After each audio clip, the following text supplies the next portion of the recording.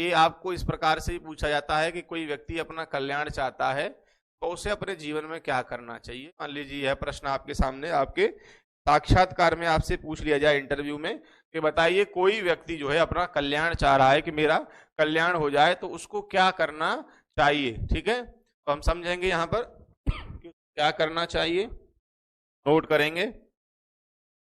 सर्वप्रथम क्या करना चाहिए उसे, सर्वप्रथम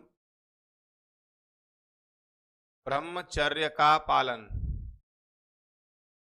सबसे पहला काम क्या है, अगर कोई व्यक्ति अपना कल्याण चाहता है तो उसे ब्रह्मचर्य का पालन करना चाहिए। देखिए ब्रह्मचर्य का पालन हम जीवन पर्यंत भी कर सकते हैं। ऐसा नहीं कि 25 वर्ष की हमारा ब्रह्मचर्य है, एक व्रतधारी भी ब्रह्मचारी माना जाता है। ठीक है, अगर आप एक नारी का जो व्रत धारण करता है, मान लीजिए आपका विवाह हुआ और आप अपनी पत्नी के साथ ही सहवास आदि क्रियाएं करते हैं, अन्यत्र कहीं नहीं देखते हैं, न कहीं जाते हैं, सबको माता बहन के अनुसार ही आप देखते हैं, तो आप एक ब्रह्मचारी की श्रेणी में ही आते हैं। ठीक है, तो ये चीज विशेष ध्यान रखेंगे कि आपको कल्याण चाहते हैं तो हमें ब्रह्मचर्य करना है। अब व्यक्ति जो है भ्रमित हो जाते हैं कि ब्रह्मचर्य कैसे करें, जीवन पर्यंत विवाह हो गया, अब विवाह उपरांत ब्रह्मचर्य को कैसे साधें। तो अगर आप एक ही स्त्री के साथ में हैं, अपनी पत्नी के साथ में ही हैं, तो आप अपने ब्रह्मचर्य का पालन कर रहे हैं, ये जान लीजिए। ठीक है, इधर उधर आप अगर कहीं नहीं जा रहे हैं तो आप अपने ब्रह्मचर्य के पालन में हैं।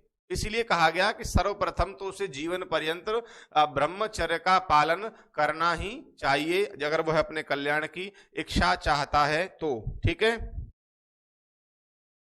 के बाद अगर वह गृहस्थ आश्रम में है, गृहस्थ आश्रम में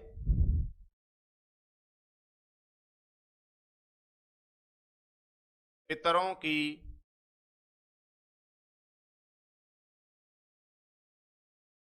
की सदगति के लिए, पितरों की सदगति के लिए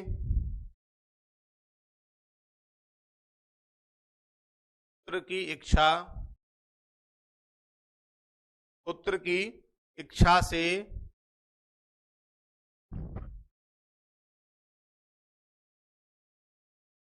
अनुष्ठान यज्ञ करे।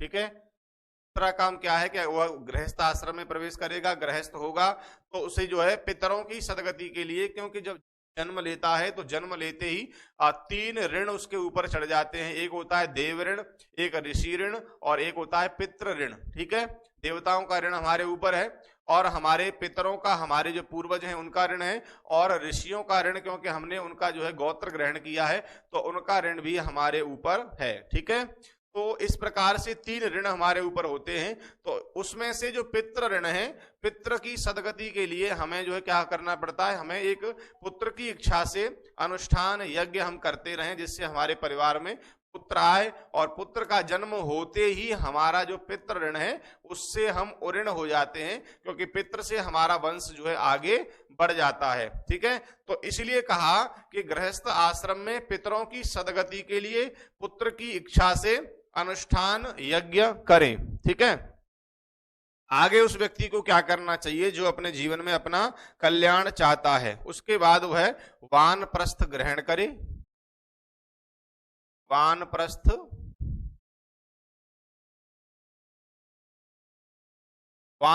ग्रहण करे।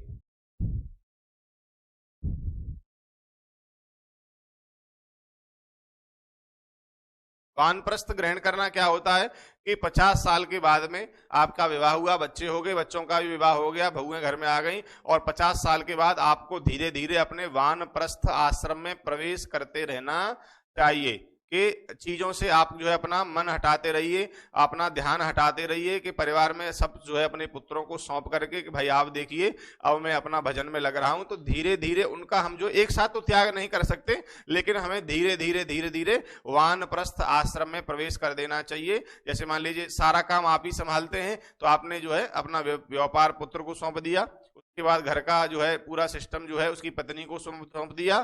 धीरे धीरे आपने सारी चीजें उनके हाथ में दे दी कि आप अपना संभालिए और मैं जो है अपने कल्याण के मार्ग की ओर जाना चाहता हूं। लेकिन क्या होता है कि यहाँ जो है आजकल लोग उसी में लिप्त रहते हैं, किसी को कुछ भी देना नहीं चाहते। जब तक उनके अंतिम सांस रहती है तब तक वह किसी को एटीएम का पासवर्ड भी ना बताएं। तो ये कल्याण का मार्ग नहीं हो सकता है जब तक आपकी जो है धन में लिप्सा और परिवार में जो है आपकी लिप्सा लालसा फंसी हुई है, तो आपका कल्याण नहीं हो सकता है। इसीलिए हमारे हिंदू धर्म में जो है हमारी सनातन पद्धति में 4 आश्रम बनाए गए कि ब्रह्मचर्य, गृहस्थ, वानप्रस्थ और सन्यास। 50 साल के बाद हमारा वानप्रस्थ शुरू हो जाता है और हमें धीरे धीरे चीजों से जो है दूर हो जाना चाहिए, तो ये हमारा कल्याण हो पाएगा। नहीं तो हम अगर उन्हीं में अटकते रहे तो हमारा कल्याण नहीं हो सकता है, ये जान लीजिए। तो वानप्रस्थ ग्रहण करें और उसके बाद क्या करना है, मौन रहकर, ज्यादा ना बोले। लेकिन आजकल ज्यादा ही बोलते हैं,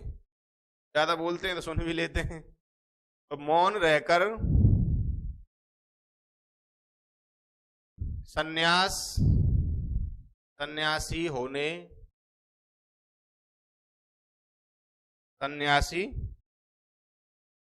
होने की इच्छा करे।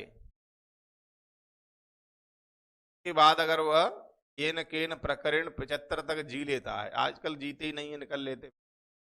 तो अगर वानप्रस्थ के बाद 75 वर्ष तक वो सारी चीजों से अपना मोह त्याग देता है और धीरे धीरे मौन रह करके, शांत रह करके, शांत होगा तो फिर अंदर झांकेगा और अंदर झांकेगा तो ही उसे अपने ईश्वर का दर्शन हो पाएगा। तो शांत रहे, योग करे, ध्यान करे, अच्छी पुस्तकें पढ़े, ज्ञान की बातें सुने, सन्यासियों के पास बैठे, साधु संतों के पास बैठे, मंदिर जाए, भजन पूजा पाठ जप तप नियम आदि व्रत इन सबको धारण कर ले, तो धीरे धीरे फिर वो मौन रह करके क्या वो सन्यासी होने की इच्छा करे कि अब मैं सन्यासी हो जाऊं। और 75 वर्ष के बाद उसे अपना घर भी छोड़ देना चाहिए, घर त्याग करके जो है उसे जंगल में चले जाना चाहिए। ऐसा हमारा जो है सन्यास जो आश्रम है वो कहता है।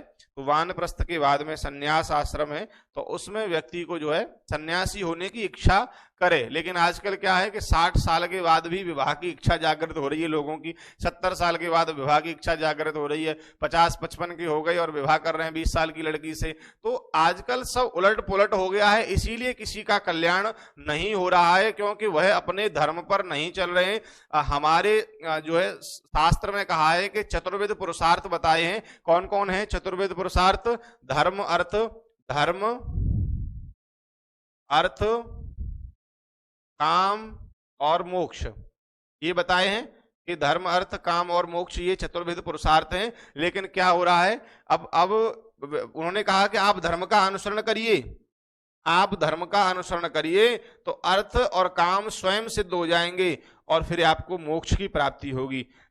लेकिन हमने क्या किया है, हमने धर्म को काट दिया, हमें नहीं चाहिए साहब, मोक्ष की तो किसी को चिंता नहीं, नरक में चले जाए चाहे, हमें बस अर्थ चाहिए, धन, और हमें काम वासना जो हमारी पूरी होनी चाहिए। ये 2 चीजें हमने अपना ली अपने जीवन में, इसीलिए हमारा कल्याण नहीं हो रहा है। ठीक है, तो इसीलिए कल्याण नहीं हो रहा है। इसलिए अगर कल्याण चाहते हैं तो क्या करना चाहिए, हमें जो है हमारे जो शास्त्र ने कहा है उसके अनुसार हमें चलना चाहिए। तो वानप्रस्थ ग्रहण करे और मौन रहकर सन्यासी होने की इच्छा करे और जीवन पर्यंत धर्म का आचरण करे। मैंने अभी क्या कहा, धर्म का आचरण करता है, धर्म का आचरण करे। आजकल लोग पैसे के पीछे भाग रहे हैं, धन के पीछे भाग रहे हैं, लेकिन नहीं मिल रहा है, वो भी उनको नहीं मिल रहा है। क्यों? क्योंकि पहली सीढ़ी तो धर्म बताई आपने, उसको त्याग करके अगर आप धन की इच्छा कर रहे हैं, अर्थ की इच्छा कर रहे हैं, तो वो ये कदापि भी संभव नहीं है, आपको नहीं मिल सकता। पहले सीढ़ी है हमारे शास्त्र में धर्म, आप धर्म का अनुसरण करिए। आपको जो भी धर्म निर्धारित भगवान ने किया है, आप जिस भी धर्म में पैदा हुए हैं, आप अपने धर्म का सही प्रकार से निर्वाह करिए। फिर देखिए कि आपको अर्थ और काम और मोक्ष की सिद्धि होती है कि नहीं होगी, मेरी गारंटी है जरूर होगी। लेकिन आप पहले धर्म का अनुसरण करिए तो सही, लेकिन हम कर नहीं रहे, हमने तो उसे क्रॉप कर दिया, हटा दिया है, ठीक है। तो ये हो गया कल्याण की इच्छा रखने वाले पुरुष का कर्तव्य। क्या क्या करना चाहिए उसे? सर्वप्रथम ब्रह्मचर्य का पालन करे और गृहस्थ आश्रम में पितरों की सदगति के लिए पुत्र की इच्छा से अनुष्ठान यज्ञ करना चाहिए। वानप्रस्थ ग्रहण करे और मौन रहकर सन्यासी होने की इच्छा करे। जीवन पर्यंत धर्म का आचरण